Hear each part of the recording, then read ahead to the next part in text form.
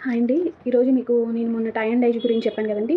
ఇప్పుడు మాకు batik designs batik ఎలా చేయాలి? బాతిక్ అనే పేరు మీరు వినే ఉంటారు కదా! అది ఎలా చేయాలని చెప్పారండి. దాని గురించి మాకు ఒక 4 శాంపిల్స్ డిజైన్స్ మీకు నచ్చినవి డ్రా చేసుకొని రమ్మన్నారు.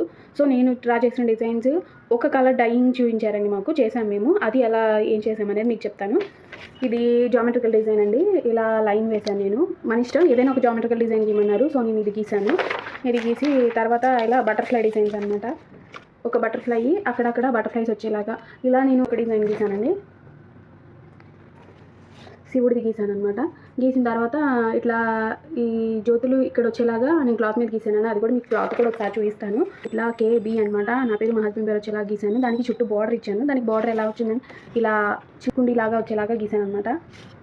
తర్వాత ఇట్లా చిన్న చిన్న పాదాలు అనమాట. ఈ పాదాలకి చుట్టూ బార్డర్ ఏమో ఇలా ఇచ్చానండి. నాకు ఇలా డిజైన్స్ గీస్తే బాగుంటుంది అనిపించి నేను ఇలా గీసాను. ఈ డిజైన్స్ మీకు ఎలా అనిపించాయో ఒకసారి కామెంట్ సెక్షన్లో కామెంట్ చేయండి.